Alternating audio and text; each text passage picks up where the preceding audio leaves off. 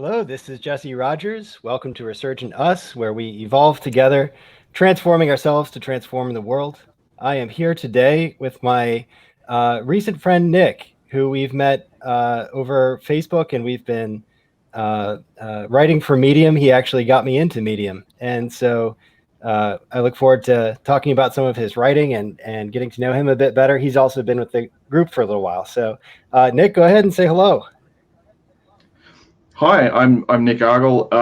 I think Jesse got me into Medium. I'm pretty sure that him signing up was the thing that generated the first 2 cents I ever earned from Medium, and it was really cool to have an article that I could say this is my 2 cents worth, and it stayed that way for quite a while. But yeah, it's been fantastic to be overtaken by you without being completely left in the dust, and going on that writing journey together, and also really inspiring to see that there are people. It can feel very lonely when you're a person who's trying to get to see all the sides of the coin and trying to get things to connect. And I noticed that I'm coming in and out of the feed. I apologize for my Australian internet. I'm really glad that the world is becoming a less lonely place for bridge builders, and I think you're doing something really important as far as that's concerned. I appreciate you saying that, and I really appreciate you being part of it because, as much as I've influenced you, you've been an influence on me by kind of introducing this as a like you said, a bridge from where we are right now to where I want to take the group. And it really clicked into place once I saw you post that first Medium article.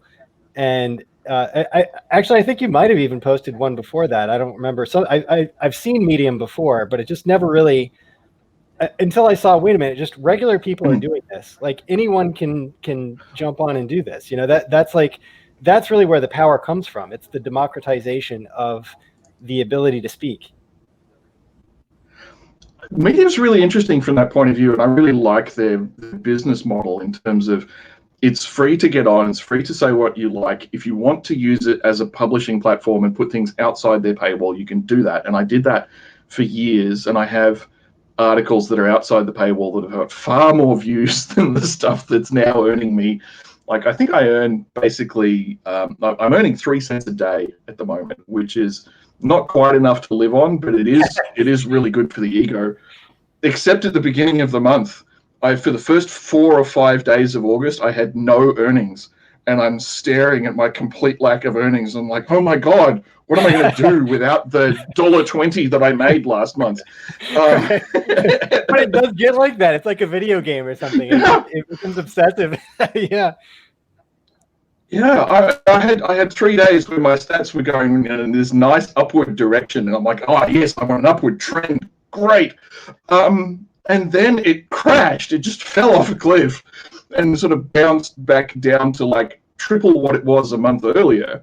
But I wasn't paying attention to triple what it was a month earlier. I was paying attention to like being a quarter of what it was yesterday, right? Getting addicted to that success. Like that. Yeah. Because I know that a month ago, like you had made 4 cents and I'd made 8 cents or something like that, and I'm like, yay, I'm twice as professional as you. And now I think you've made like $1.50 and I've made $1.20 or something, and you're taking this so like you're in the writing and community building business, and I really admire that, and I don't quite have the front for it. I need people like you to sort of pull me into the spotlight, and ideally I want to hide behind my work. This whole authentic human being thing I don't think it's really for me. I don't like it, but I'm learning to cope. It's scary stuff. I know. Putting yourself out there, it's pretty crazy.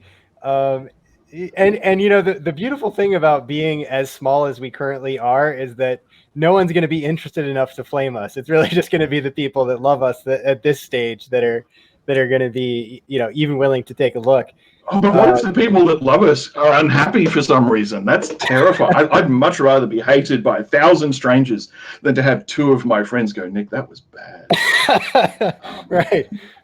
No, well, I've had plenty of that. I've sent I've sent my link out to like all my family members and stuff, and I'll get like the ones that actually look at it. They're like, wow, I really like this, but most of them I don't hear back.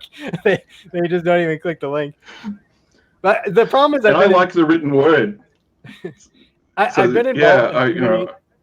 I've been involved in too many projects that I get so excited about, and then, I'll get that enthusiasm, and then something else shiny comes along, and I chase after that. But the beautiful thing about Medium is that all the Chinese stuff is on one platform. So if you get interested in this, well, now you can start writing about that. And, you can jump from publication to publication. Everything's there. You can learn whatever you want.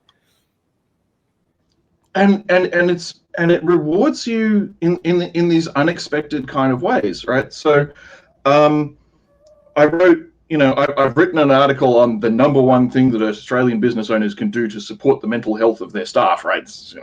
And that's classic business headline stuff, right?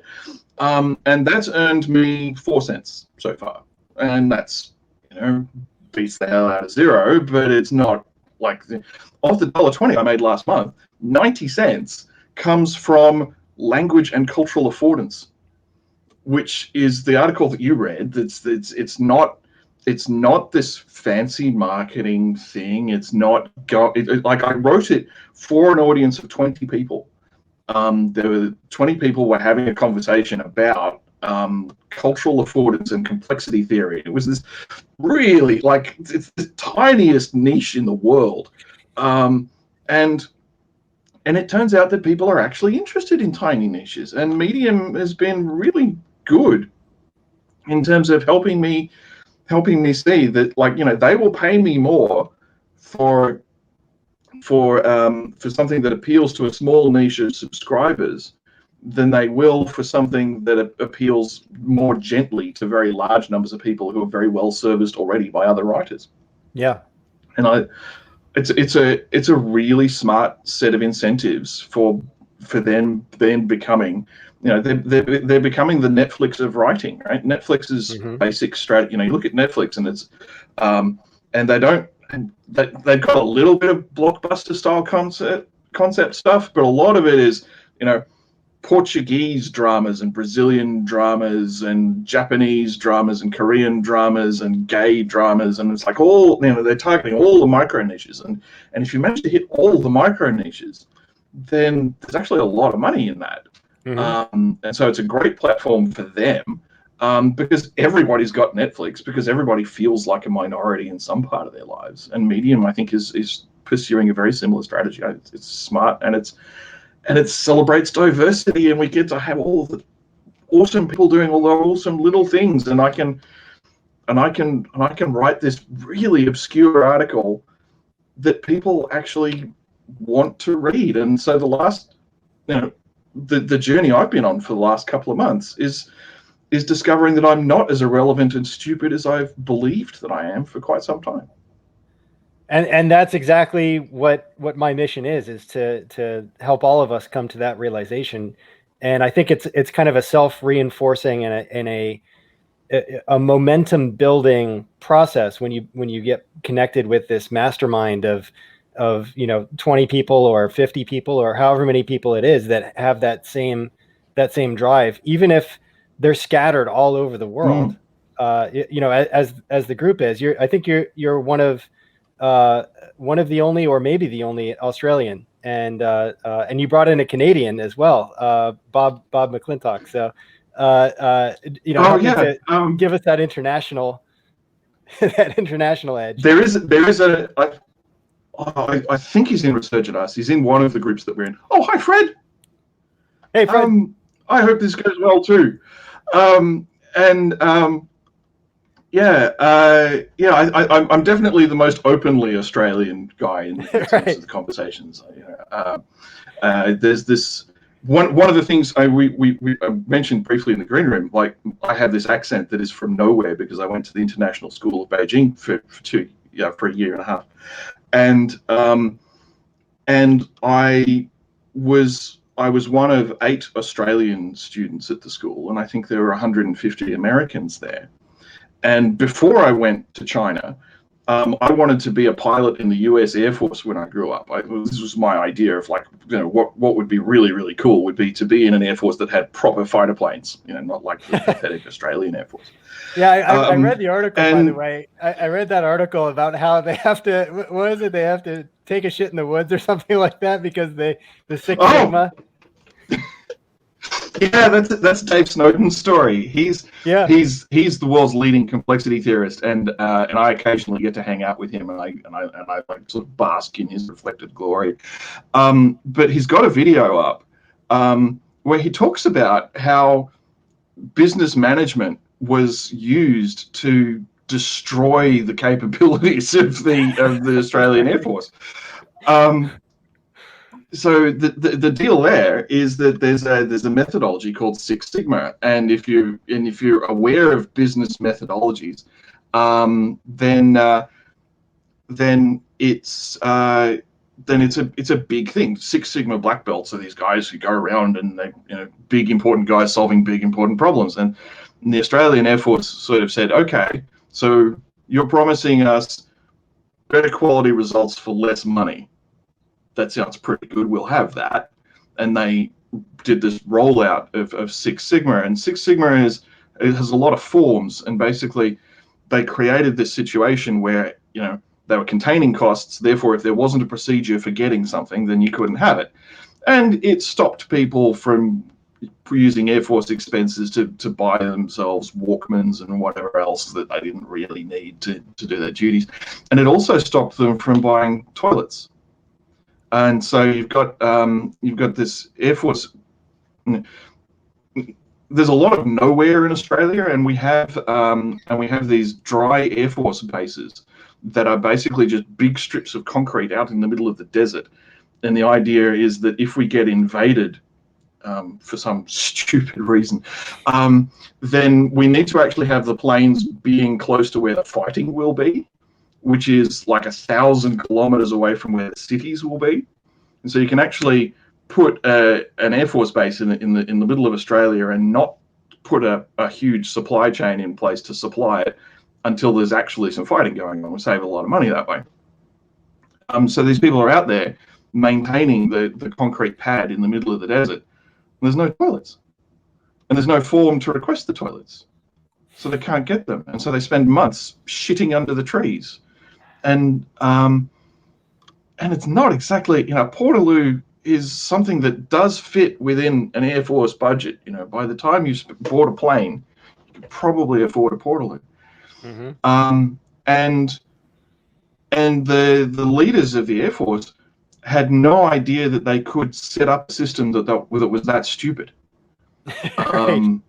And so they spent a fair amount of time in denial about the damage that this had done to their system, and that's kind of that. I mean, that's what my business is about trying to work out how to get the communication between the front line and the executive to actually happen, because the front line thinks in fundamentally different ways to the executive, and it took me a while to work this out. And if you want the incredibly boring story of how I sort of pieced it together over 10 years, then I don't think it's boring. I just think everyone else thinks it's boring because they keep telling me to shut up. No, I'm actually curious to hear about that.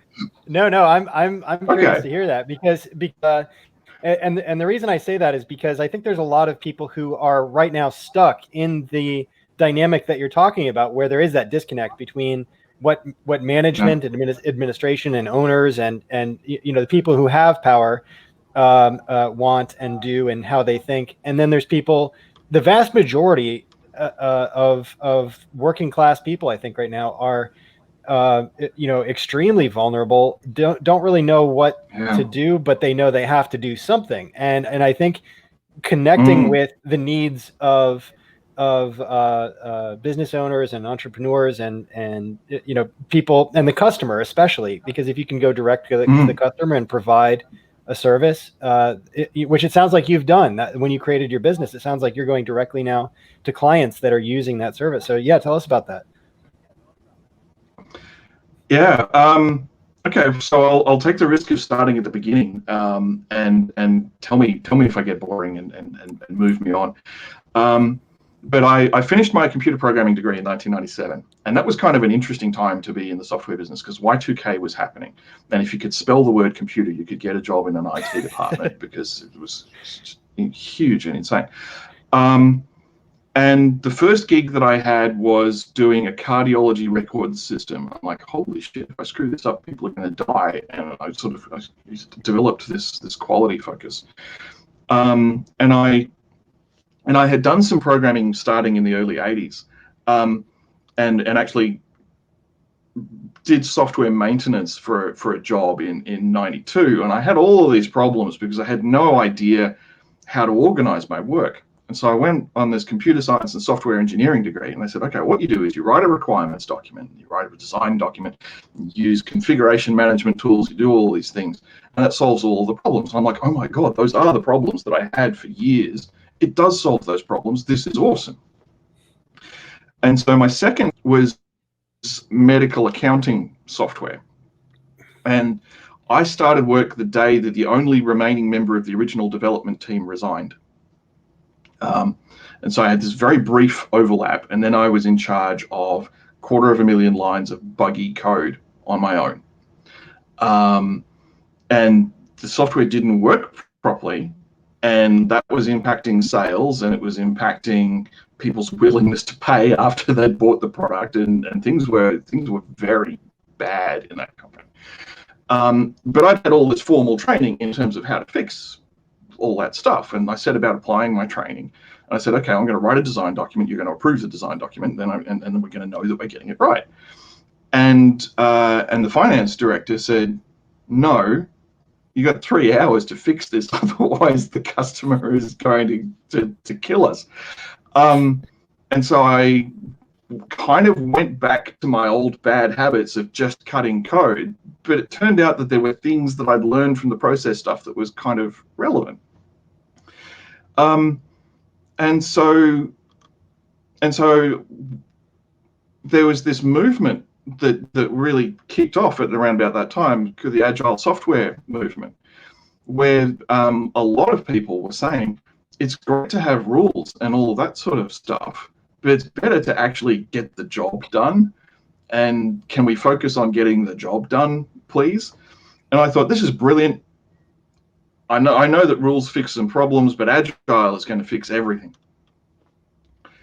Fast forward 10 years, and the agile stuff isn't working. And agile people are saying, we don't do this formal method stuff because it's garbage. And my response to that is, no, there are good things about all of the formal methods that you've thrown the baby out with the bathwater, and you're criticizing things based on your lack of understanding and not what's actually the problem.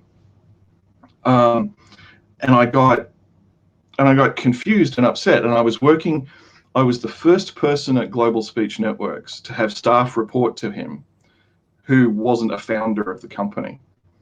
And that was really interesting because that was a company that was determined to be different to the establishment. And I spent a lot of time trying to work out what it is that managers do when you're not going by the usual corporate playbook. And so, for every night for a year, I went home and go, okay, what is my job? And it was a really interesting question to engage with, I thought. And through various accidents, and I should thank Amit Arora for introducing me to Steve Clement and Patrick Hofstadter, and a number of other really smart, world-leading business consultants. Herb Elliott and Adam Thompson are very important names that I nearly forgot. These guys, we embarked on a project of trying to work out how to have rules and flexibility at the same time. And I believe that the answer is this sort of mashing together of various theories that I arrived at through several years of work. And now I'm convinced that if I go further with this, like, there's criticizing an arcane theory that nobody understands in order to establish the reasons why you came up with your own arcane theory that is slightly more accessible and hopefully a bit more usable. That's a rabbit hole that I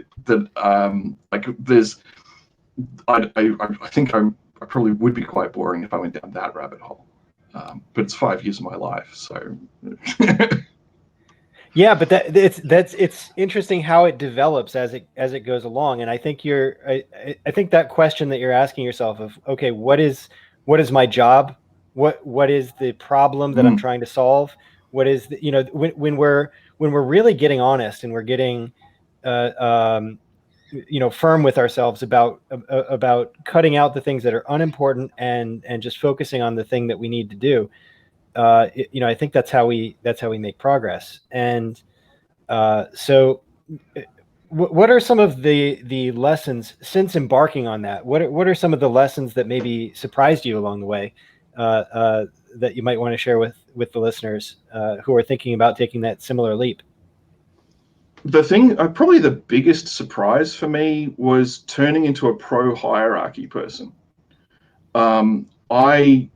When I was in my 20s and doing this work, in terms of, everyone in the agile community is really keen on dismantling the hierarchy and all that sort of stuff. And as a person, when I was at the bottom of the hierarchy, I was really keen on dismantling this thing that I perceived to be in my way. Then I had kids, and I learned put the knife down is actually a really important thing to be able to say very firmly to a 2-year-old, and to have them obey. And they don't necessarily understand why they have to put the knife down, but they do start looking at their hand in the red stuff and getting a bit distressed. And you help, and so being a parent is this sort of extreme hierarchical situation where you've got someone whose life depends on your ability to get them to understand that there are some things that you just don't do, and you might not understand that knives are sharp, but I want you to learn it in the least painful way possible. And there's all sorts of management of that becomes a factor. And then, and I had a weird career, right? So this job that I got in '98, where I was the only programmer in the company, I went to the general manager and I sort of bullied him into giving me the title research and development manager because no one else was doing any. And then we hired another programmer and I was his boss, right? And I was a terrible boss. I was just dreadful.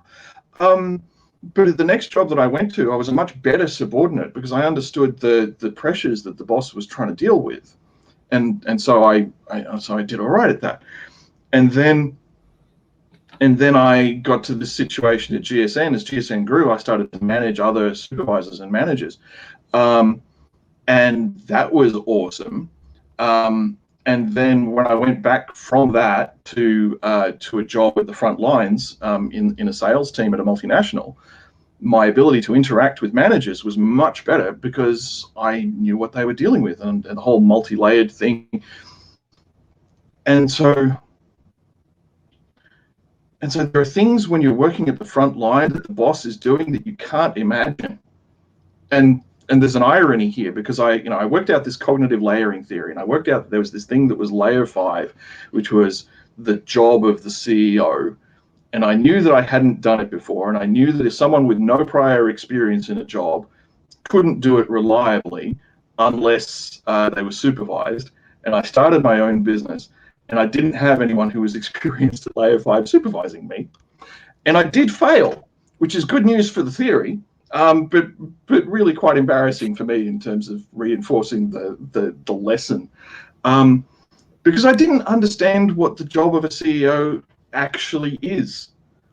People think that the job of a CEO is to manage the business and to work on the business, and these are the things that people talk about.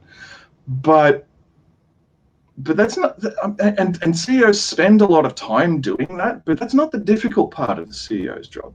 The difficult part of a CEO's job is there's an infinite number of things that you could be doing, and there's 24 hours in a day.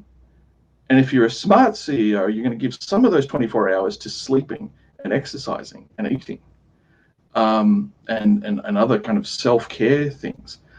And so you have to develop a concept of what you're going to look at, because there's just too much. This is a really impressive piece of hardware, and it is a really, really good at detecting things and recognizing things and putting them into practice and imagining things. But I can't imagine half of, like, the world is so complex now. And 1,000 years ago, farmers' lives probably were pretty much the same everywhere. Now, in the 90s, we had this thing called a web designer that was basically programmers who weren't smart enough to actually program, so they just put pictures on the screen. That's what I thought of them at the time, right? And now there's not web designers anymore. Now there's bloody SEO optimization people, as opposed to graphic and layout people, as opposed to the people building the back end, as opposed to the people building middleware. They're like, how many specializations are we? There's probably a new technical specialization being created every day. And so we have this, it's a beautiful kaleidoscope or a completely disorienting maze of static, depending on how you've tuned yourself to look at it. And so, am I going to be a bank or a strip club or a bicycle repair shop? Those are the kinds of questions that CEOs have to find a way of not answering, because there's too many questions like that. And that's the hard part of being a CEO. And it's not until I knew that I had everything else in place in terms of the business I wanted to run. I recruited well. I had 12 people working for me for free. I had prototypes that were coming out. I had people telling me this. I was told, the stuff that you're doing now is going to set the future direction of our industry. I was told that by an industry chairperson of the relevant organization. Right? I had all of that going, but I hadn't worked out how to identify what was relevant and what was not relevant. And I started too many projects, and I didn't focus, and I started projects that I didn't really understand, that turned out that it wasn't going to take 6 months to do this project. It was going to take 5 years. And I had to fire all of my people who were working for me for free, because I couldn't ethically pretend that I was going to ever pay them. And that was heartbreaking. And I want to minimize the chance that that's going to happen to someone else if I can.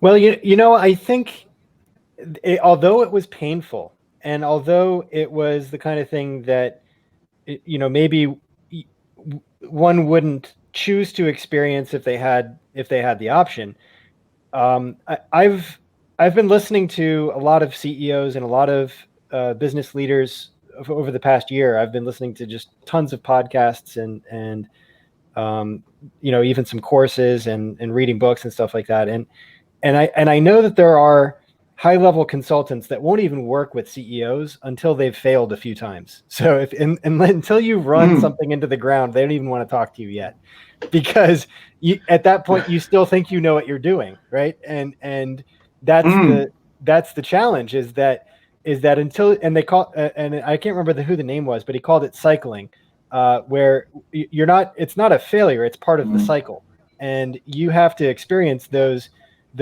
periods where things did not go the way that you wanted them to, and everything falls apart, in order for you to realize that you have to be willing to risk it, and you have to be willing to make sacrifices and to narrow down what it is that you're trying to do. And you know, and until you've failed a bit, you just don't have the maturity to be able for him to want to work with you. You know, that's pretty much what that consultant was saying. That made a lot of sense to me. And I when I heard that, it kind of made me almost excited to get my first few failures out of the way. If you, you know, to kind of look at it that way. No, and that is a really smart attitude to have. And I think the trick, if you can organize it properly, is to have your failures, have as many failures as you can while your parents are still cooking meals for you. Yes. I blew past getting the mortgage and then having the business failure added something to the experience that you know, I what I'd like is an opportunity to just load from the save and then like act as if I'd known this stuff all the time. Yeah, I did that too many times. I've loaded from way too many saves because, like, I've been playing video games for 20 years at this point. and just so while you're out there building businesses, I have been building cities and you know, SimCity and all that. Oh, dude. No, I do a lot of that, and like, you know, and like XCOM, you know, one of my soldiers dies. I'm like, right, load. You know, I you know, obviously just incredible. Like, I want to play this really tough, demanding game that gets your soldiers killed all the time, and also want to make damn sure that none of my soldiers ever die. Yes, I'm exactly the amount of save scumming that I do. Yeah. I've restarted Phoenix Point 4 times now. Yeah. Yep. I've done that with every game that I play. You know, if I lose one of my cities in you know, Civilization or something like that, you know, I get surprise invaded, and I would just but at some point I actually just gave up computer gaming because for me it became way too much of a problem, and I was just way too obsessed with it. So then now I went into Facebook and I'm way too obsessed with that. But I figure but if I get way too obsessed with Medium, then at least I'll be making some pennies here. So there is a light at the end of that tunnel. Yeah, and building a profile and a position. I think that's a really good thing. Since I've plugged a bunch of other people, I'll put in a quick plug for Glenn Carlson. I've signed up for the Dent International Accelerator, and Glenn, I went to his free webinar, right? Because everyone's got a free webinar. And he was talking about pitching, and he talked about his pitching methodology. And I said, okay, I think I understand your pitching methodology. Here is my pitch. And he says, well, you've successfully applied the methodology, and it's very beige. It needs to not be the most boring thing in the world, Nick. And so that helped establish some credibility. And a week ago, after having paid him a reasonable amount of money for a product that I'm actually very satisfied with, I took my pitch to him a week ago. I said, Nick, you can't try. You're trying way too hard to be exciting. Dial it back, man. And I think that he does actually have a sense of where you need to be. And so I made, you know, mistakes at both extremes now, and hopefully I'm going to find something in between. And certainly, you know, if you look at my productivity on Medium, there's a point where I worked out which business I was in, and armed with that, all of a sudden I've got a point of view. And I'm expressing that point of view, and I'm making $1.20 a month more than I was before. You know, and I'm not expecting, you know, for you, Medium.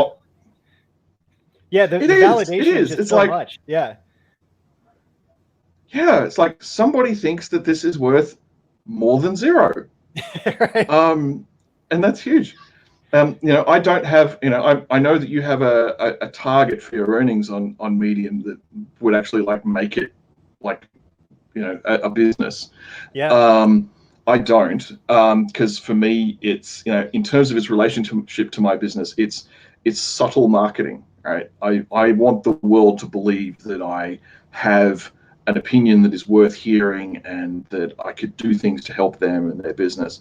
And so I'm out there putting out the helpful stuff that you can put in writing, because people who understand the whole, who had, like, a lot of people have an intuitive grasp of the cognitive layering stuff. And one of the things that Dave Snowden talks about is that you can do more than you can say, and you can say more than you can write.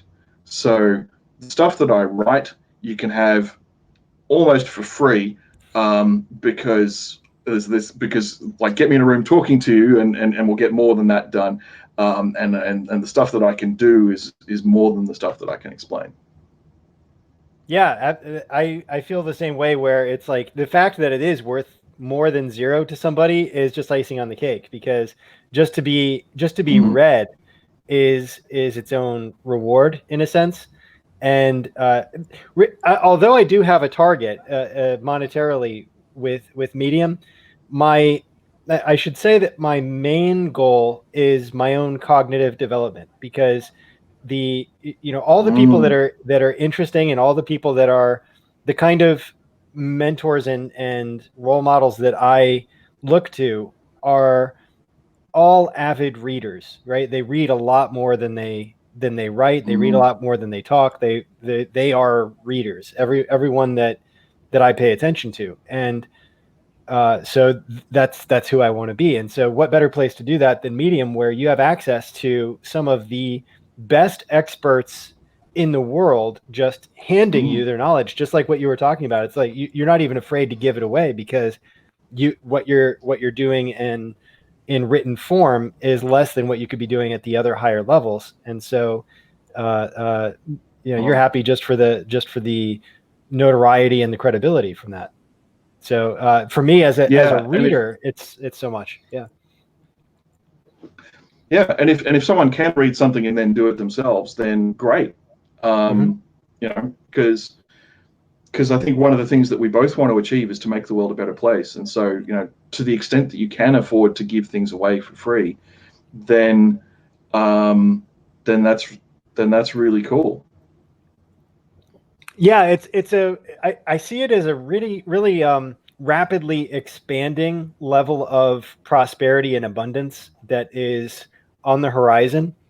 And it's because the value of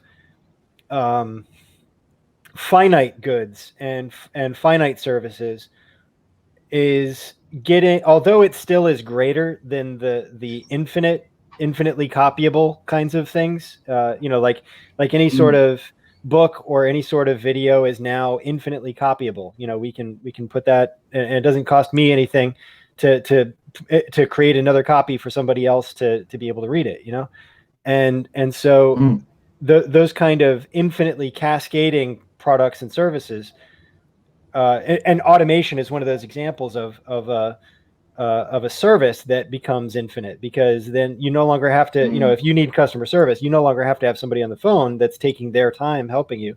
You can have a bot that knows what the problems are. It's got the whole flowchart of possibilities that it could guide you through, and it would do it more patiently than a human, So I think we really are in the next couple of years headed for such a prosperous future if we embrace that. The challenge is that a lot of people are stuck in this redundant, competing against the machines kind of a position, and unfortunately that's what I'm still training people for even now. Like I have students that I work with at the college. I work at Palm Beach State College. It's a 4-year institution in Florida, and I love the school. It's a fantastic school, but just the entire apparatus of higher education is still, it's still training people towards the kind of things that can be done on a calculator instantaneously. So we work them through a system for 4 years, and there's really no pot of gold at the end of that rainbow, because the skills that they've acquired are all skills that the computers possess. Now it could be cognitively beneficial in the sense that they develop how they think and there's the challenge of learning how to solve problems that you do get. But I really do worry that we're training people more to compete against machines than we are to work with them. What are your thoughts on that? You've mentioned two of my favorite topics there. I Mm-hmm. want to go to the first part before I go to the question, because there is this democratization of our world that is kind of happening right now. Mm-hmm. Knowledge has always been power. If you look at the Roman Empire, a lot of it was built on roads, right? All roads lead to Rome. They had this Yeah. infrastructure and communications network, and Rome was the center of that, and that's why they were huge, Mm-hmm. and one of the most stable regimes ever. Um, and access to information is so much easier. I remember, I went to the International School of Beijing, and it had a computer lab in 1983, and that in itself was like huge. And you had, if you wanted to know something, you had to go to the library and get the help of a librarian so that you could understand the Dewey Decimal System, so that you could look up the thing, so that you could then go to the shelf and find that someone else had already borrowed the book. I remember those days. Yeah. Yeah. And now, I was trying to distract myself from the fact that I had an interview coming up. So I'm scrolling through Facebook, and someone said, "Is there an example of a privacy policy I can use for my business?" So I typed in example privacy policy. I pressed enter. I looked at the fourth entry on the list, was from the government, saying, "Here's a privacy policy that we reckon businesses should think about using." And I said, "Here you go." And they said, "Oh yeah, I found it myself yesterday." Was the reply. Right? No one else had replied they obviously had confidence that people could work things out for themselves. I'm a bit of a micromanaging control freak, but the opportunity to have the information that you need to get a high quality decision exists in a way that it never did before. Yeah. And the problem that we're now having, because in the 1980s, my dad, who was a senior diplomat, and I shared this belief that if you could just get everybody talking to each other, then we'd be able to get along, and then we wouldn't be frightened of nuclear war anymore, and all of that sort of stuff. Come forward 40 years, everybody's talking to each other. The problem is not solved. Right. We now know that geography is not the only barrier. Hi, Yeah. Kim. I'm on the webcast with Jesse at the moment. I'll talk to you later. You're getting loud, that's all. Yes, I was animated for a moment. Yeah, so that's the kind of the world situation. But then there's this thing that's happening in workplaces that is very close to both of our hearts, which is the replacement of humans with machines, and there's a dehumanization of people thing that's bad, and there's an unemployment thing that's bad, and there's a lack of opportunity to, those are probably the high level things that are bad. I'll delve into history, since anyone who isn't interested in history is already tuned out. Yeah. Let's go back to the Romans again for a moment, and think about how they had this. They had an army that conquered a very large portion of the known world. And what they did was they turned people into machines. Right? They arranged them in rows. They had a standard layout for a camp. It was the same every time. You knew. Now any Roman soldier could walk into any Roman camp anywhere in the world, and he knew where the spare equipment would be found, where the latrines would be found, where the sleeping quarters were, and he could do a repair on the wall if necessary, because they were all done in the same way, and it was very, very rigorous. And our ability to turn people into machines is a lot of where our material prosperity has come from. And then you get the Industrial Revolution, and you get people turning bits of metal into machines, people turning bits of metal into very powerful machines. It's not human powered anymore. It's not ox powered anymore. It's steam powered now.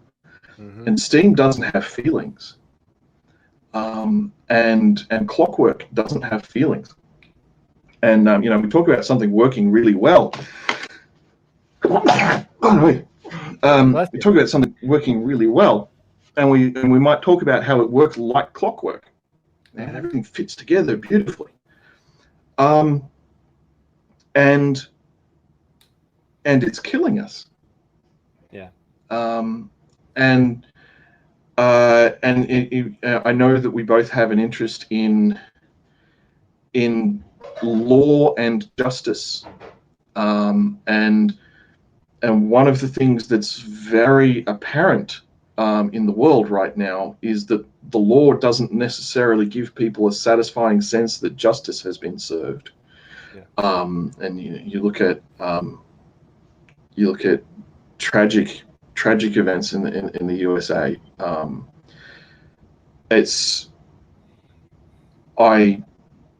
I have a complex relationship with America and with Americans, being this sort of small ally nation that depends on America in a lot of ways. Your nuclear deterrent protects Australia in ways that are very important, and we have to be able to get along with you, and we have to be able to get along with China, and we don't want to piss off the Russians too much, but we do have American bases on Australian soil. So it's complicated. But my experience of Americans as people is that they turn out to be lovable human beings in like the 99% case.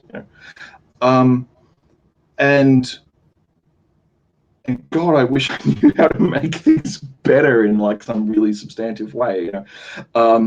Hopefully, what we can do is like, if everybody makes a small improvement, then the small improvements will add up. And if we can help people to make small improvements, then that's a good exponential curve. Because God, everybody knows what an exponential curve is now. But okay, so the interesting thing is that human beings are murdering each other less than at any previous time in history. Steven Pinker has done some good research there in terms of like the homicide rate just go bang, and halves all the time. And a lot of how we've done that is by making it easier for people to not killing each other, by having laws instead of justice. And if you read Jared Diamond's book, I'm really hoping that some really smart people will read The World Until Yesterday by Jared Diamond and tell me that I'm wrong about it. Because so far people are either not, you're writing it down, I love you. So The World Until Yesterday by Jared Diamond. I think I know what it says, but I never feel confident that I know something until someone really smart has told me that I'm wrong. Because I will either come up with a really good argument against what they're saying and like, no, because you didn't pay attention to the thing, or they'll do that to me. And one way or another, my knowledge is now battle tested. You have people in your home too. Hi. I do.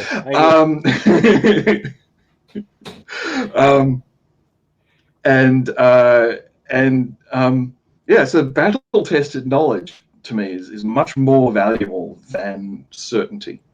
And if I know more about it, but he opens the book with this amazing case study from Papua New Guinea, where this guy has a road traffic accident with a kid. So the kid gets dropped off by the school bus, walks across the road, doesn't look, he hits the kid with his delivery truck. He then does what the police say that you should do in PNG, which is drive straight. He leaves the scene immediately, drives straight to the police station and hands himself in so that he won't be lynched. Right. Meanwhile, the family at the scene of the accident is being upset and all the rest of it, and there's this reconciliation, this restorative justice process, that occurs there. Where the family of the dead kid and the truck company sort of get together and they work out a way to pay reparations for the death of the child, and everybody feels much better after that.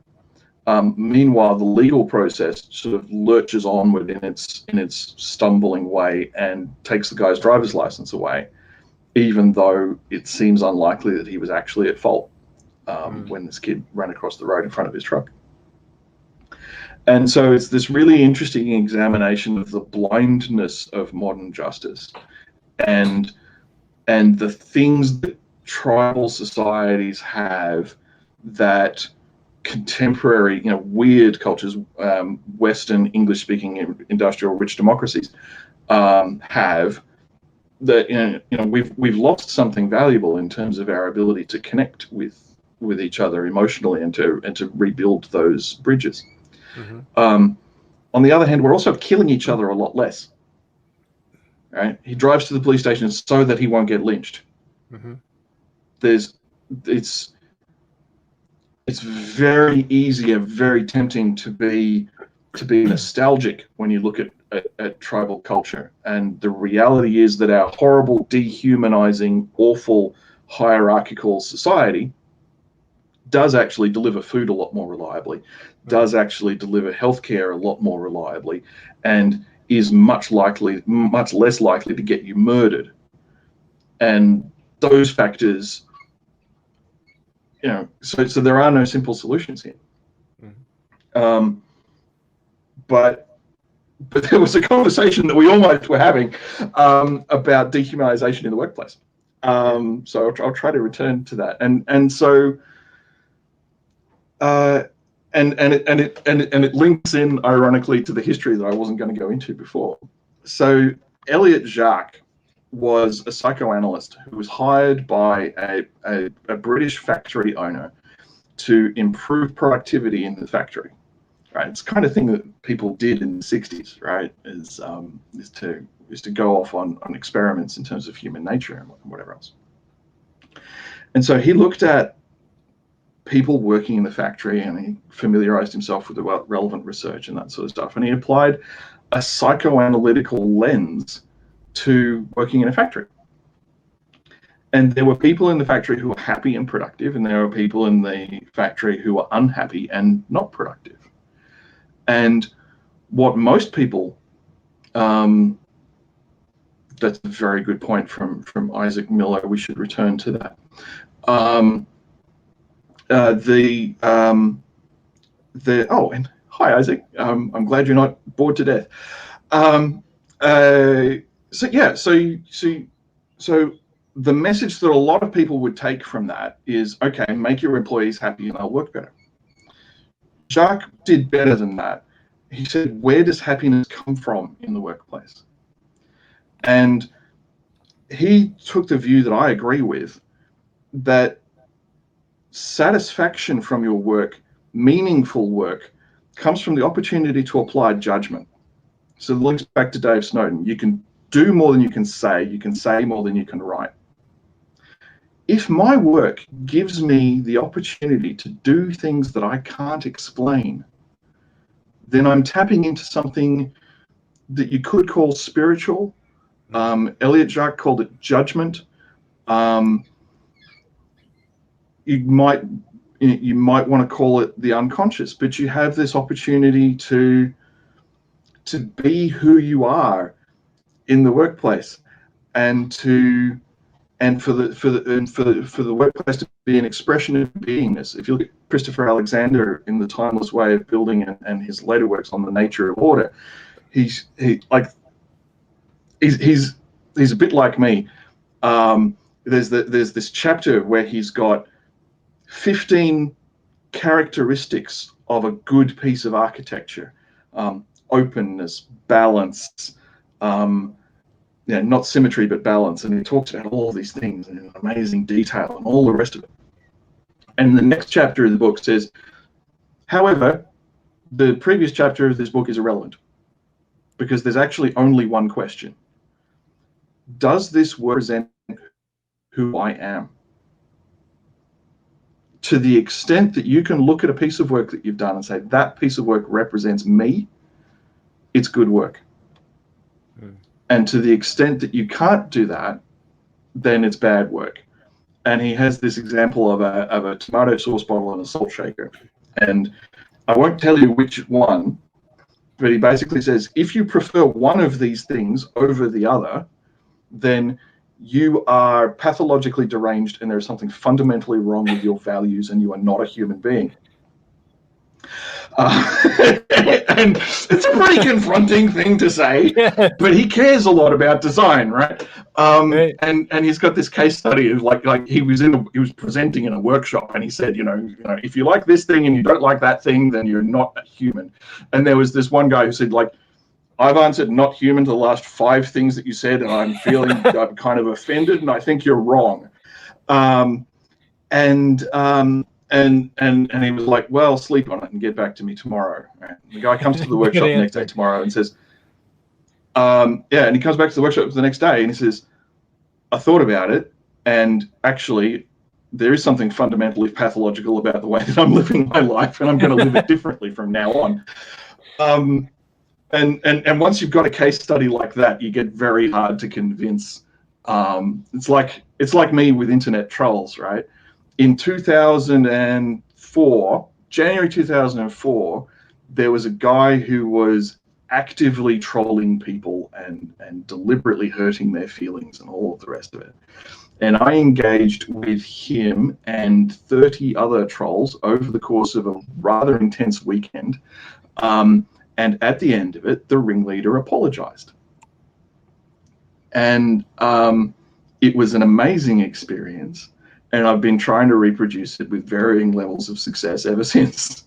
But once you've had this special experience, and so when you see me in internet discussion groups telling people to be nice to each other and stuff, it's not actually the technique that I used successfully in 2004, because I decided to try to set the goals higher. I want other people to be able to do what I did in 2004, and that turns out to be much more difficult than just getting it right yourself. Yeah, I would imagine. What is the secret sauce? What's the technique that you use there? So what I did in 2004 is I was a member of a group that was very easy to make fun of. People are still making fun of this particular subculture, but it's less intense than it was. And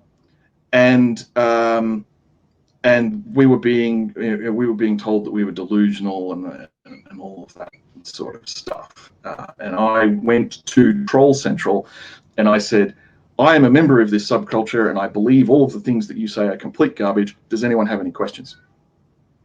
And nice. And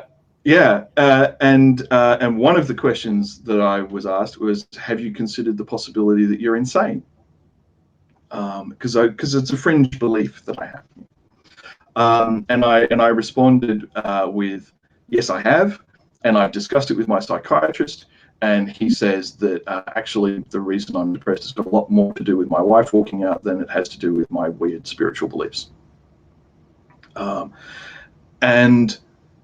that sort of thing, right? Because when we feel attacked, we have a strong tendency to either counterattack or to resist everything. Right? You're attacking me. All I am going to see is the fact that you are attacking me. I'm not going to do anything further. And these guys were attacking me, right? I know trolls. I've been a troll. I know, like, innocent questions are the best trolling technique. And they gave me a lot of innocent questions. And some of them were also like just pictures of shit that was disgusting, and literally of shit. Because if you can, the fundamental trolling technique is to get you to lose your emotional balance. Once you have lost your composure, then your credibility drops like a stone. And so the fundamental anti-trolling technique is to maintain your composure. Not replying, if you can bring yourself to not reply, is better than a bad-tempered response. Mm-hmm. Better than not replying if you have the time and energy. I pushed this line too hard with a number of people, because there are people who don't have the time and energy to deal with the volume of trolls that they experience. But if you have the time and energy, then acknowledge, have you considered that you're crazy? You know what? It's a weird belief. It's fair enough to ask the question. Here is the answer. I think you're stupid. Okay. I accept that you think I'm stupid. However, to take a recent example, when you say that Sweden has twice the population density of all of the neighboring countries, and therefore the other countries are irrelevant, the fact that Sweden has a population density of 25 people per square kilometre and Denmark has 137 per square kilometre seems to contradict what you're saying. Could you explain that to me, given as how I'm so stupid? You don't want to be quite as smarmy and annoying about it as I just was, and I was quite smarmy and annoying when I was disagreeing with that particular person. But there was no real prospect that the two of us were going to agree. What you can do, right? And the other thing is, when someone's trolling you, your objective is not necessarily to get the troll to apologize. Like, when the troll apologized to me, I wasn't trying to get him to apologize. I was trying to get him to look stupid and unreasonable in front of the audience. And as his friends started saying, you know what, this guy is fine, he made a decision that he was going to rescue his relationship with his friends by starting to look reasonable. There's no polite way to suggest to someone that they've devoted their life to a folly. Daniel Dennett, yeah, that's good. There's a similar saying in traditional Chinese medicine, the emperor is never wrong. And so if you're trying to get someone to change course, then you never tell them that they're wrong. They might not have all the information that they need. They might benefit from another perspective. Yes, writing angry letters that you don't send. One of the reasons why I'm a little bit nervous about appearing in this format and why I like doing things in writing is there are sometimes posts that I make to the Resurgent Us group are like the fifth draft. Yeah, I do that too. Sometimes, yeah.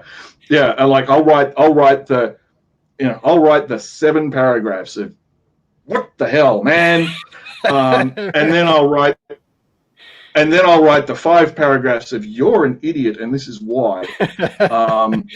And often that's what I actually send. But if I'm really on top of my game, that gets replaced by the 3 paragraphs of I don't feel that truly understood here, and maybe you can explain where you're coming from a bit better.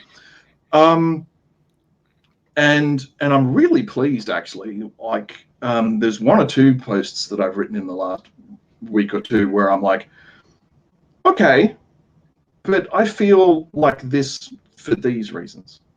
And the more, I'm a little bit more centered lately, and I'm a little bit clearer on who I am and where I'm going and that sort of stuff. And so I was having a conversation with a conservative American about where the riots are coming from. And I said a thing, and he wasn't thrilled about that. And I said, and he responded to me with a whole pile of facts. And I said, and my first thing was to confront the facts and all of that sort of stuff. But then I realized that we weren't actually talking about the thing that I was saying. And I said, well, it's fair enough that you think that. But what I was actually saying was this very small, very limited thing. And he said, "Oh, well, I agree with the very small, very limited thing." And so lowering your objectives can be really, really useful in these kinds of situations. I mean, this, notionally, we're theoretically talking about the article I wrote about the screwdriver and the drill. And that was a situation where, we had a really unhappy customer, and I spent a lot of time and energy just convincing that client that I was on her side. And she's a woman who had risen to an amount of power in her organization, and she had staked her credibility within that organization on the success of our project. And so when we failed to deliver, that was a threat to her in so many ways. And women do it in the technology business, which is the business that we were both in. It is so bad for women so much of the time. And so part of what was going on for her, I think, would have been a suspicion that something sexist was going on, because it often is, right? Maybe half the problems that women encounter in the technology workplace are from sexism. And although this particular problem wasn't, the reality was that we were failing to listen to her, and we were not treating her with respect in terms of her meaning what she was saying. And so that's why communicating the message that she had actually sent a message, and that it was our failure for not listening, and that we had worked out how to listen. That was the key to unlocking that particular problem.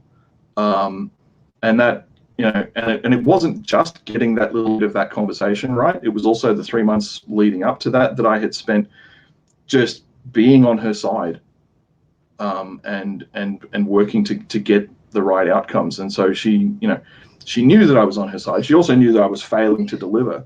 But when I was able to show that I knew why we were failing to deliver, and that by fixing that we could actually fix the problem, that was the right layer for that communication. And that's the thing that machines can't do, right? Machines follow scripts, they follow processes, they do what they were built to do, they do what they were programmed to do. They can repeat things so well. 40 years ago, a computer was the world's most efficient idiot, most productive idiot. Today, it's more like it's more like Sheldon, right? Very, very, very, very productive, very, very smart, but not very social. And we have this world where people have different points of view, right? I mean, growing up, I grew up in a family, and my father's job, as I understood it as an 8-year-old, was to prevent a nuclear war by getting the Chinese government to buy products from Australia. If they're buying things from Australia, then they won't invade and they won't nuke us. And I am actually, to this day, really proud of the fact that my dad got the chairman of the Chinese Communist Party hooked on Australian-made chocolate, right? I think these things do actually make a difference. But other people believe that the best good comes from something else. Yeah. You and I had conversations with policemen who believe that catching bad guys and stopping them is good. And I can acknowledge the truth of that, but I don't feel it. I would rather have a conversation with the bad guy and get him to see the error of his ways. But I'm not naive enough to think that's going to work with all the bad guys. and there's doctors, and some doctors try to fight disease, and other doctors try to support patients. And they all become doctors, but they've all got these different angles because they've had different difficult experiences and positive experiences growing up, and they have this uniqueness to them. Hooray for that! Yeah. Yeah. And like you and I, we both believe in bridge building, and what I want to be is like underneath the bridge with a welder and some bolts and all the rest of that sort of stuff. And well, actually, no, I've done enough of that that what I actually want to be doing is like bossing around a bunch of other people, because I do love bossing people around. Fair enough. Yeah.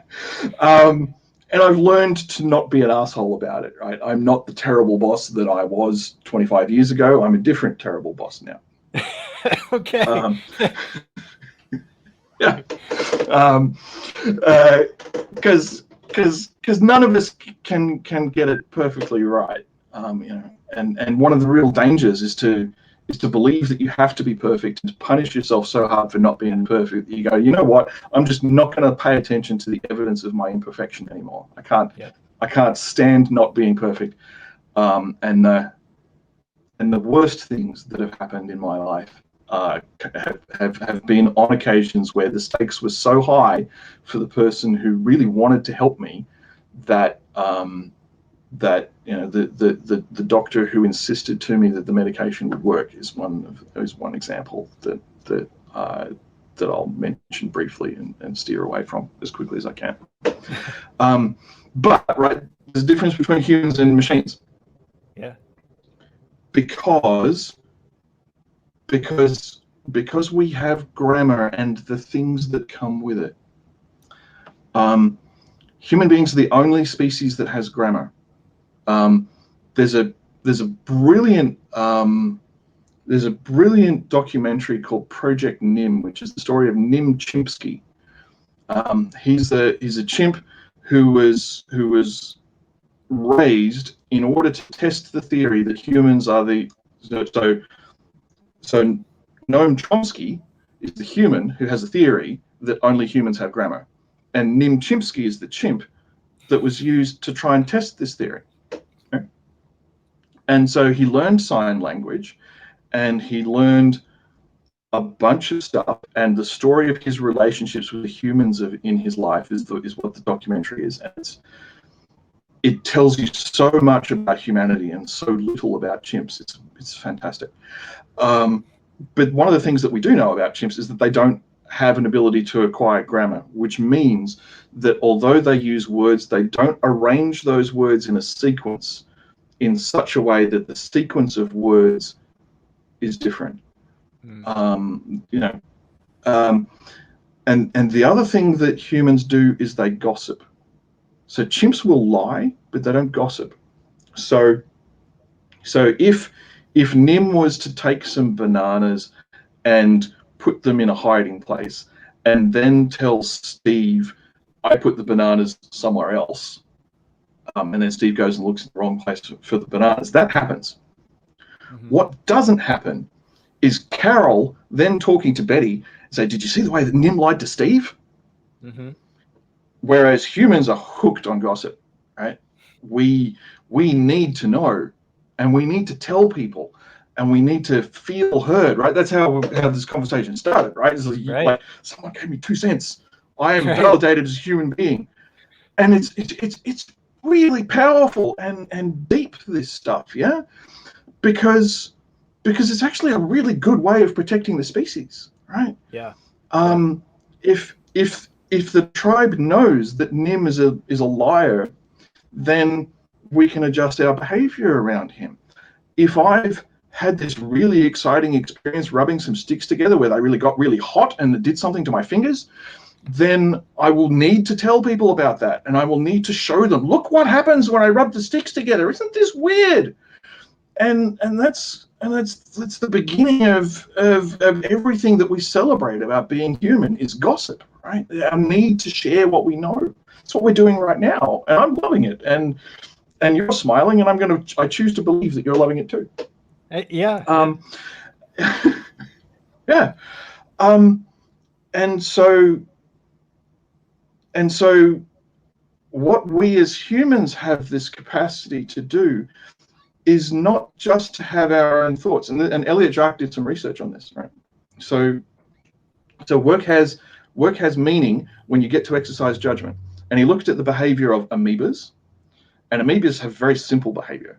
They go towards the things that they like, and they go away from the things that they don't like. Mm-hmm. And so that is the simplest kind of thinking about a thing that you can do.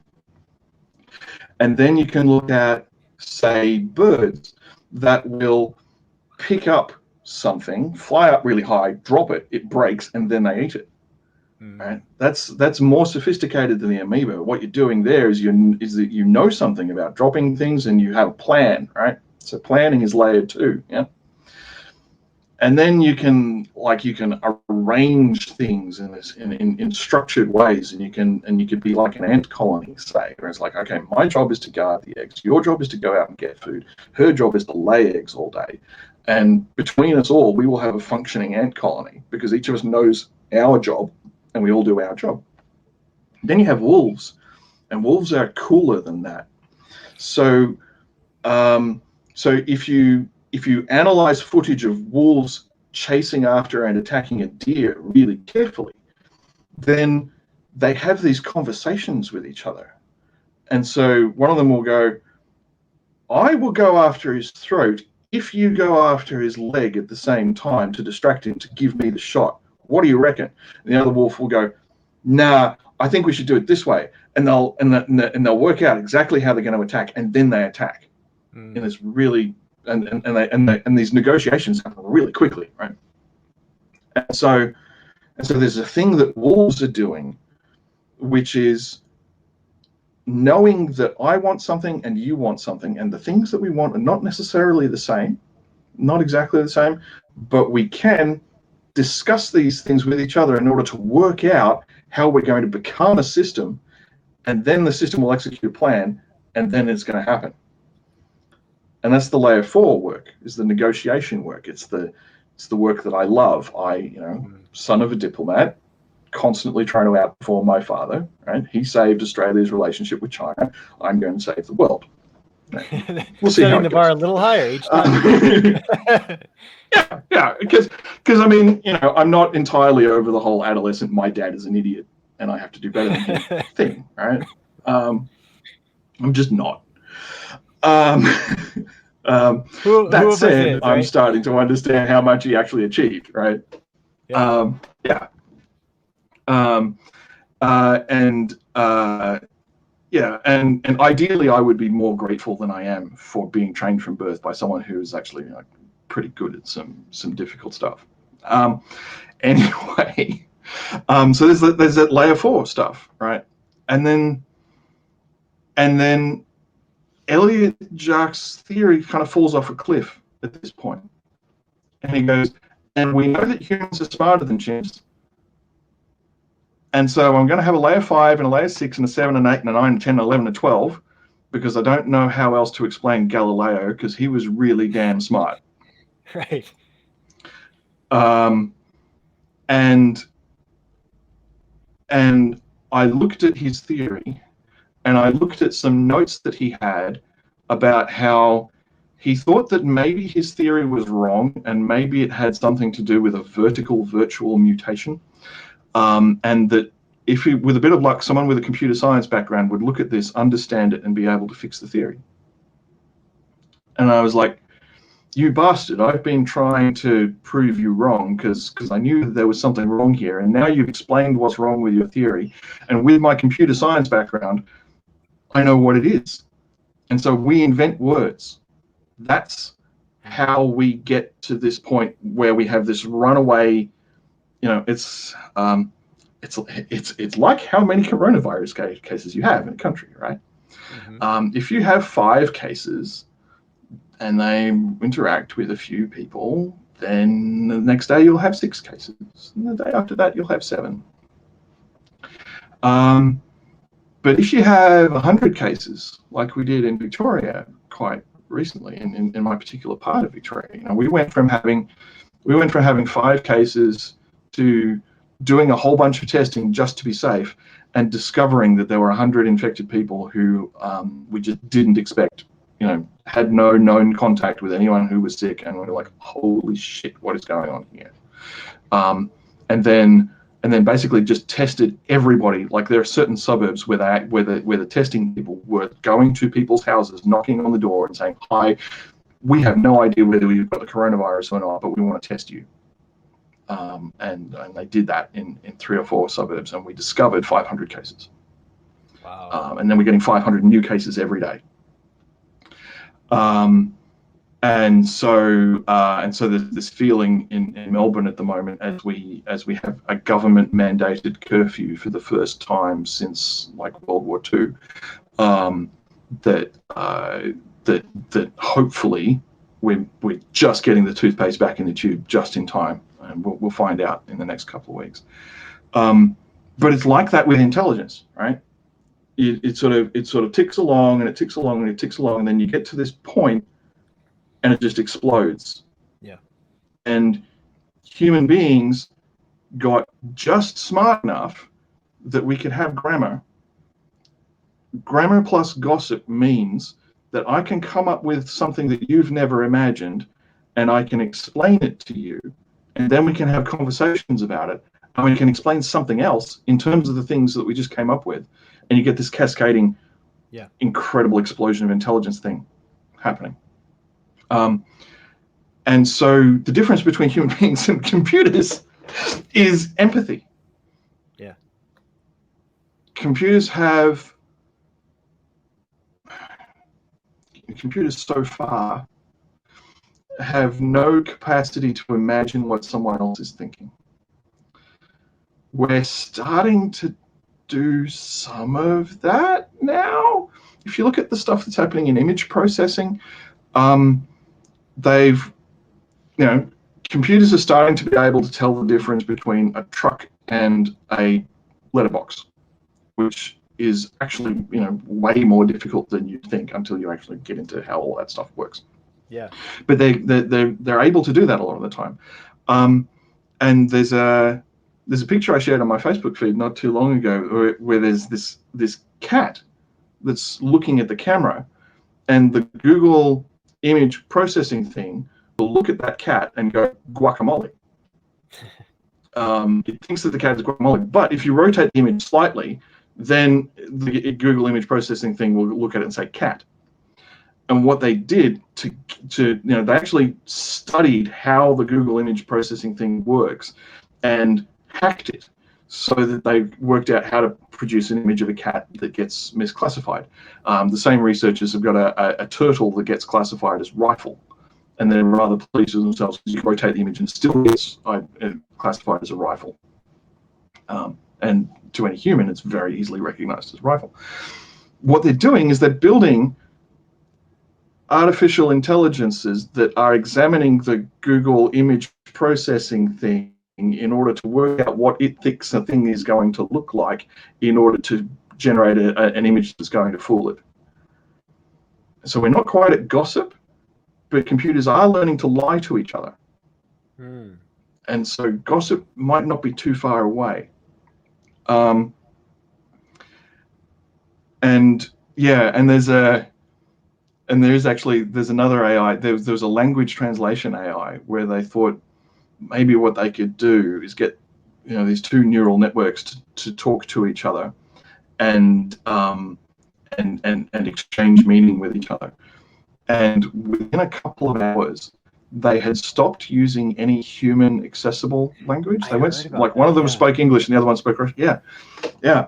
And the researchers got scared and turned them off. Yeah, because it was coded in a language that the humans could no longer understand, and it freaked them out. Yeah, like, what are they talking about? Is this the birth of Skynet? We have no way of knowing. And so, working out our relationship with the machines is going to get progressively trickier. But for now, and if you read, I forget his name, but it's the viable systems model. and it's a cybernetic theory, and it's basically, and it's a 25-year-old paper, which basically describes how we could build computers that have feelings and why we might want to.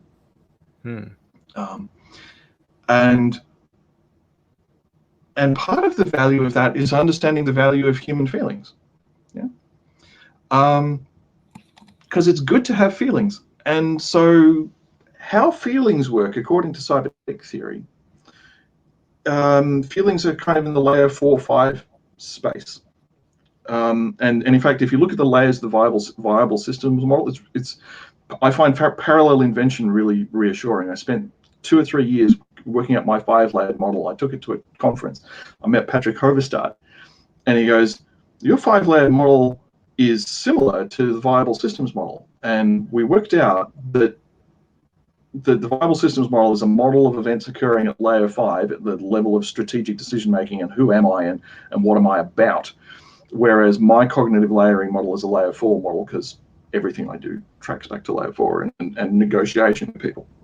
But the fact that there is these one of each model is a reflection of the other, and viable systems model is older. So I'll say my model reflects the viable systems model, and so viable systems says what are the decisions you need to make in order to survive, and my model, what are the things you need to think about in order to be able to communicate comprehensively.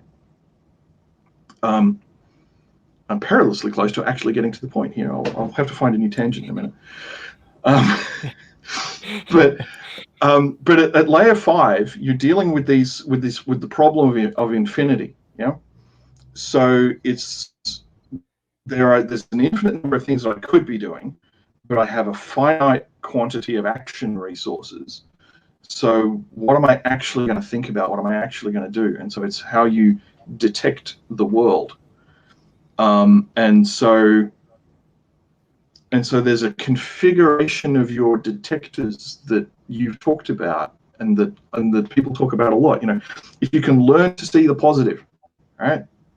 People say that all the time, and it really is like it's literally that. If you can configure the neural network in your head, because neural networks are basically image processing systems, if you can get it to see the things that are good, then you'll be able to have opportunities to get good things. But if you can't see them, or you don't value them, they won't interact with them. So if you want to be happy, and not everybody does, then learning to see the good is the most powerful thing you can do in terms of being happier.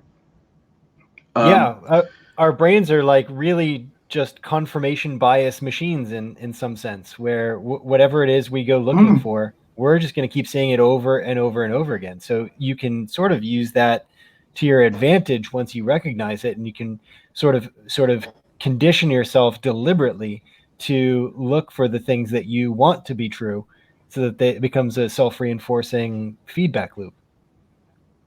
Yeah. And so the task at the very top of an organization is to say, how are we going to configure our senses? How are we going to tell the difference between good and bad? You know, is it good to have 30,000 views? Probably, but maybe not, right? You know, and is that the best metric? And we talked about how Medium gives you this opportunity to retrain yourself, you know, because my article with 50 views has made me 90 cents, whatever the number it is, it's made me, you know, about $1, whereas my article with 1,500 views has made me nothing. And so Medium is very nicely structured to discourage clickbait and encourage substantive communications, and they're nudging me by giving me a few cents and a dose of dopamine, which is way more effective than the few cents, to go right for a specialized audience.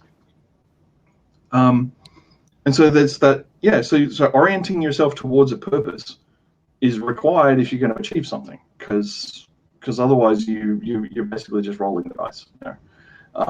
And then looking at whether things that you do actually take you towards your purpose or not is really useful. And so that reconciliation with reality and the people around you is the level 4 work. And then having a way of doing things is layers 1, 2, and 3. Right? So the point where you're actually, and so, and these layers are all valuable. You've heard the story about the stonemasons, right? There are 3 stonemasons working on a wall, and one of them is like putting things on the wall. Right? And then the guy comes up to him and says, "What are you doing?" He says, "I'm arranging these stones." And there's another bloke who's just sort of going, "Oh yeah, I'm putting things on the wall."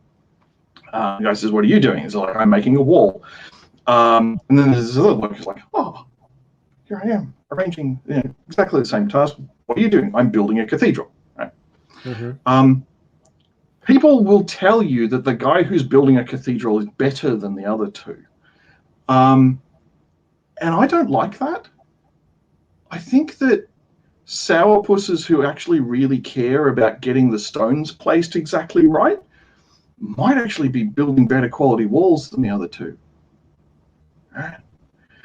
Because he actually is paying attention to exactly where the stones go. When they're not quite in the right place, he's angry and he's shifting it and that sort of thing. Right? And so there's that. But the thing that humans can do that computers can't is that they can have a conversation like this one, which is to say, there's a thing that I want to get into your head, and there's a thing that you want to get into my head, and we both want to be doing some stuff that is good for the world. And it's at the limit of what we can conceive. Yeah. Right? Here we are talking about it. And if you pay attention to the conversation as a whole, you can see that it kind of has a shape and certain themes are reoccurring and that sort of stuff. But I can't just use a word and give it to you. Right? There's Buddhist scriptures on this specific topic that I love, in terms of there's shit you just can't say. And yeah.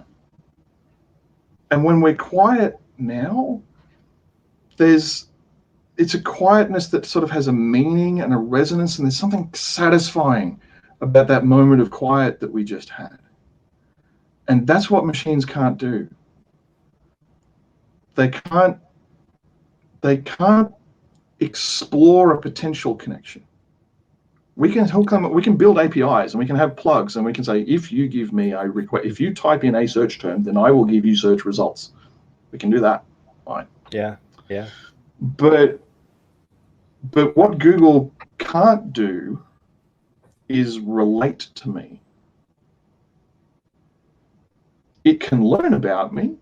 It knows which ads I click on and which ads I don't, and all of those kinds of things. And it can test my responses, but I'm never going to feel that Google understands me. Mm-hmm. Well, and it's for that reason that I actually don't worry as much about the machines as I worry about the consolidation of power among a few people who control the machines, because the people who control Google and the people who control Facebook and the people that are leveraging the power of these tools, they do have the ability to understand us at scale. So it reminds me of, and I can't remember the name of this thing, but if you were to take just hundreds of these tiny metal balls and pour them into a grid, depending on how the pegs on that grid are arranged, they would fall in like a normal distribution. Those metal balls, and they would bounce around, and and I know there's a name for that thing, but the idea is they don't need to know us they don't need to know us people as individuals. They know what they're trying to achieve, and they have a very large set of us to work with to nudge how they want us to be nudged. And so they can put their finger, somewhere and prevent those balls from going where they would normally go. And they can, instead of a normal distribution, they can make a bimodal, or that, it could be, who knows how they can manipulate the thing. Yeah. Yeah. And that's what I worry about. And there's the influence of Murdoch's news. If you look at three countries that have had problems in terms of the coronavirus, the USA has had serious problems, the UK has had serious problems, and Australia has had a second spike. And in all three of those conversations, you have news organizations owned by Rupert Murdoch saying the government is wrong when it tries to do something about this. Yep. And you shouldn't believe anyone but us. Yep.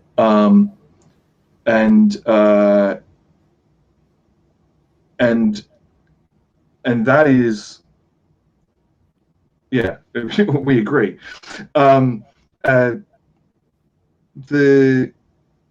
The good news, I mean, this is not a new phenomenon. Propaganda is as old as speech. And the internet was designed. The internet was designed by the U.S. Department of Defense, and part of its mandate was that it had to be able to withstand a nuclear strike. Mm-hmm. And so it has these ways of shifting traffic about, and although there may be occasional interruptions in the quality of service, I mean, what a beautifully timed.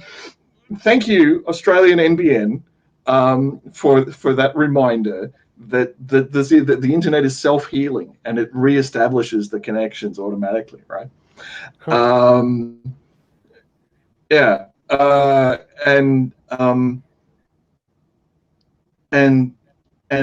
there were some very anti-establishment people working on these Department of Defense projects, and they also built in features to make the internet hard to censor. Mm-hmm. And so the fact that there is a technical infrastructure that allows the dark web to come into existence is not an accident. Mm-hmm. And I don't go to the dark web. I don't think it's a good idea to go to the dark web, but it's there. Mm-hmm. And it's very hard to stop. And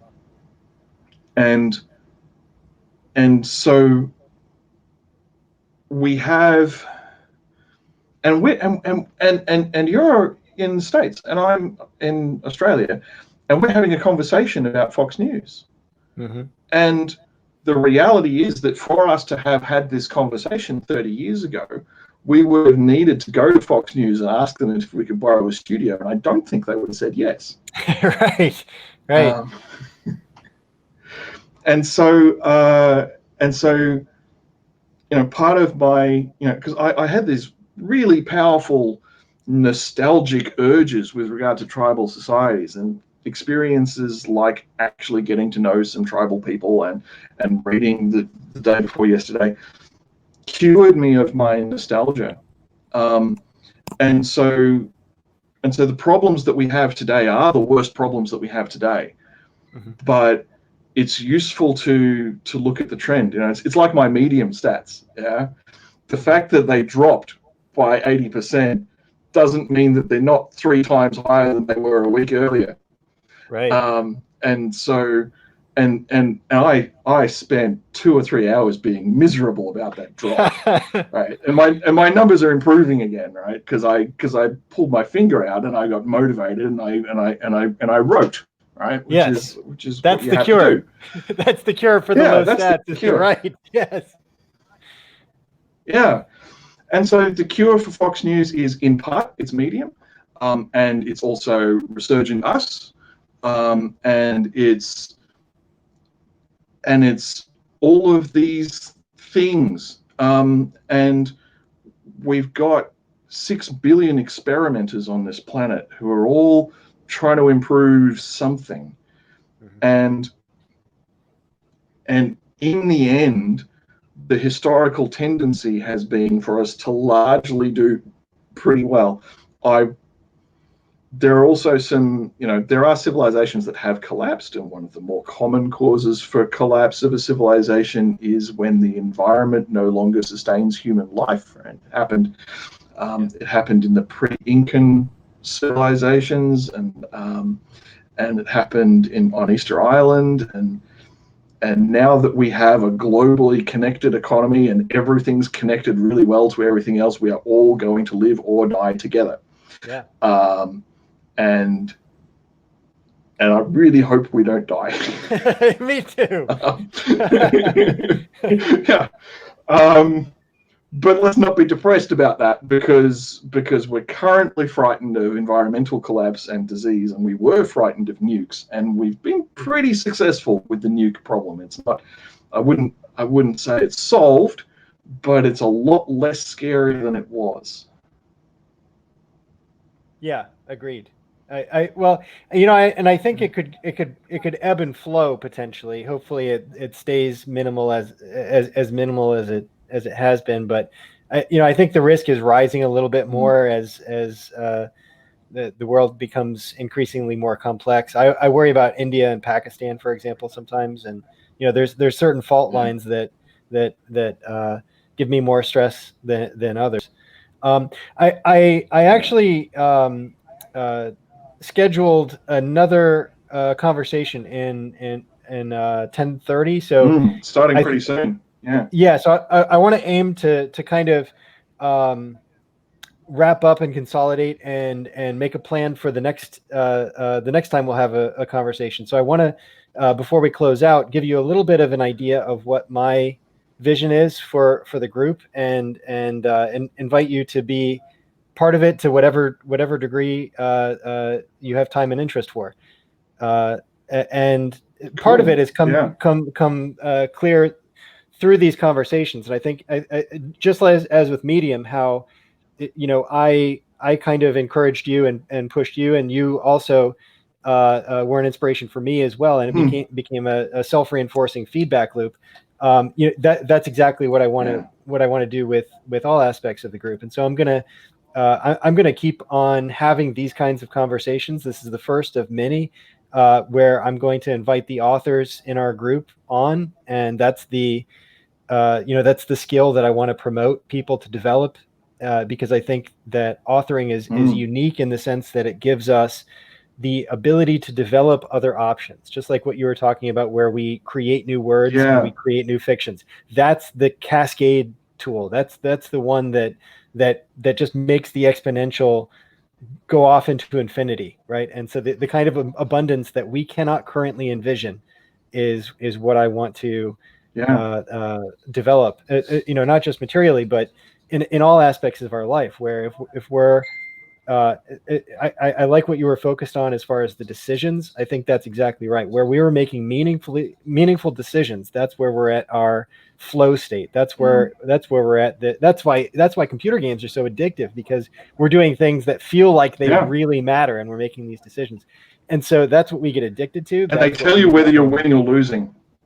Yeah, the instantaneous feedback, exactly. No, and that's one of the things about Medium too, is you get that instantaneous feedback of, do people like what I'm writing about, or should I write about something else, or should I, or do I not care that they aren't really reading this and I find it fulfilling, or you have all these options of how you want to look at it, and so what I want to do with the group is I do want to promote that as a cultural feature for our group, is that I'm going to highlight and spend some time with authors, and I want to have it become an incubator for people that are trying to grow and trying to develop in some kind of a skill. So there's some students in there. Some of them I have taught myself at my workplace, and I don't know how many of them necessarily want to pursue computer careers or programming careers, but the fact that there are people in our group like yourself who have years of experience and can give guidance, that's one of those things that I want to, in the same way that Medium creates publications, and you can have, a publication about justice, and you can have a publication about AI, and you can have a publication about humanity, and another one about crypto, and and you can cascade this thing. I keep using that word, but I need a different one. But you can you can fold it over again, and it's like it's like you're kneading dough, and you're just folding it into itself again and creating so many more layers. And that is, if you like cascade, then don't be ashamed of it. yeah, it's a beautiful word. It is, and that's really what I want to do, and I want to. So I want it to be the kind of thing where if you have a project, for example, don't be shy to recruit people into it, and even if it's something where they're trying to learn a skill and would have to be doing it for free, I don't think that's a problem at all. I would love to see something like that develop. So, you mentioned you had at one point 12 people that were working for you as volunteers, and who knows? Maybe there could be a half dozen or a dozen people in the group that would be interested in learning a skill and retraining. Even if they're someone who's not necessarily at the beginning of their career. So those are some of the ideas I've had bouncing around. But I think as we write some more ideas will blossom, and we'll just have that interchange where it just keeps bouncing back and forth and magnifying each time like a positive feedback. Yeah. Oh my God! I've just discovered that there's a comments tab, and there's a whole conversation that. So yeah. I'd love to have this conversation again, and actually respond to the comments and include that was people mostly me. I'm sorry. I was supposed to be here Jamieing and bring comments up in real time, but Fred just got his starship, so I'm bringing him onto a Macintosh for the first time in like 2 decades. So my attention is very much torn. I'm still here. I'm still behind the curtain. But yeah, that was my bad. Sorry. Not at all, Jenner. No, and I wasn't looking at the comments tab either. I should have thought to do that. So Isaac had a lot of comments in there. I'm sorry, Isaac. This is great. No two minds ever came together without thereby creating a third invisible, intangible force, which may be likened to a third mind. Yeah, that one. I like that next one. There's lots of it was our first conversation. We're both learning as we go, and I think that people will forgive us. There's an understanding, I guess, that although our layer 3 system for doing this is not as mature as it would like it to be, that the stuff that we're aiming for seems to be compatible with the people that things are on. No worries from Isaac. Brilliant. Thank you very much for it's brilliant to feel a little bit less alone and a little bit less self-conscious. There's easily 5 cents worth of dopamine that I've had from these comments, and that's brilliant. I've had a fantastic time. I'm definitely looking forward to our next talk, Nick, and I plan to have more and more things develop, and I can easily envision you as being one of the leaders of one of these groups that's going to be having regular conversations. So, and Jenner's thinking the same thought. I'm a Lego movie nerd. My new mission in life is to unleash the superhero inside of everybody who's like, oh, it's not for me. I'm like, yes, the fuck it is. If I have to be the sloppiest dipshit on full display to tell you that, oh yeah, no, I'm a high school dropout who cleaned toilets. If I can do it, you can do it. And way better than me, presumably. Obviously, that's like why I'm so attracted to you guys in this domain, because I'm like, gold, and the superpower. This is what I was just telling Jenner the other day, is that the guys like Nick and I are perfectionists that are so cautious, and I know exactly what you're talking about when you restart and go back to the previous save and just make sure everybody lives through the mission. I am so there. I know exactly where that's coming from. But Jenner is the kind of guy who it's like, you know what? We're going to figure it out on the way. Let's go. And slap on the cheat codes, God mode, motherfuckers. We're charging into this bitch. I don't care. I Yeah. don't care. Yeah. Resource acquisition. I'm not playing that fucking. We got a mission to do. Yeah. I'm a cheater. It takes As a all gamer, time. I'm a cheater for sure, and a modder. I'm a cheater and a modder in the game domain, so that should explain a little bit of my ethic as to where I'm coming into this from. Yeah, and this is like a cheat code. We would not be able to do this 20 years ago. We would not be having these kind of conversations with this kind of openness about the systems that are that would do everything they could to not have these conversations get heard. And it's a crazy world. So exciting times. Yeah, so I look forward to putting up a link and finding out, how many people are actually going to sit through this for 2 hours. Much gratitude to Isaac. You've been a very, very generous and gracious host. I really appreciate the way that, hopefully, I'm self-conscious, but you let me talk a lot, and that's a really good, good interviewers let people do that. So thank you for that. It was my pleasure. You have a lot to say, Nick, and people need to check you out on Medium. Thank you very much. And look up the screwdriver in the drill. How following the rules nearly cost us the game. My God, I remembered the title of my article. I'm proud of that, and it gives you an idea of where I'm coming from in terms of the importance of understanding what's actually happening and having a sympathetic point of view, and not necessarily being a perfectionist about following the rules. Fuck the rules. Kids. We need rules, Jenner. That's what got us into this mess in the first place, guys. Following the rules. Fuck the instruction manual. Fuck the rules. Fuck that. No, we are so much We're back cooler. to the beginning of the conversation. We're going to rewrite the rules. We're going to rewrite the rules. That's Yeah. what we're gonna do. We're gonna figure out how to It's make like these things we work. need to. I have rules about how to rewrite the rules, and we can talk I about love it. I love it. All right, we're going to investigate that more next time. We're going to let you go, Nick, and we've got another person up. This is going to be Moshi, and so we're looking forward to that. I've got him in just a couple minutes, so we have to get moving on that. Woo! Thank Nick, you for having it has me. been Jesus Christ. it has this been was a awesome. This was blast. gold, absolutely gold. To Cosmic Thank you Palladium. so We much. went to an asteroid for this shit, motherfucker.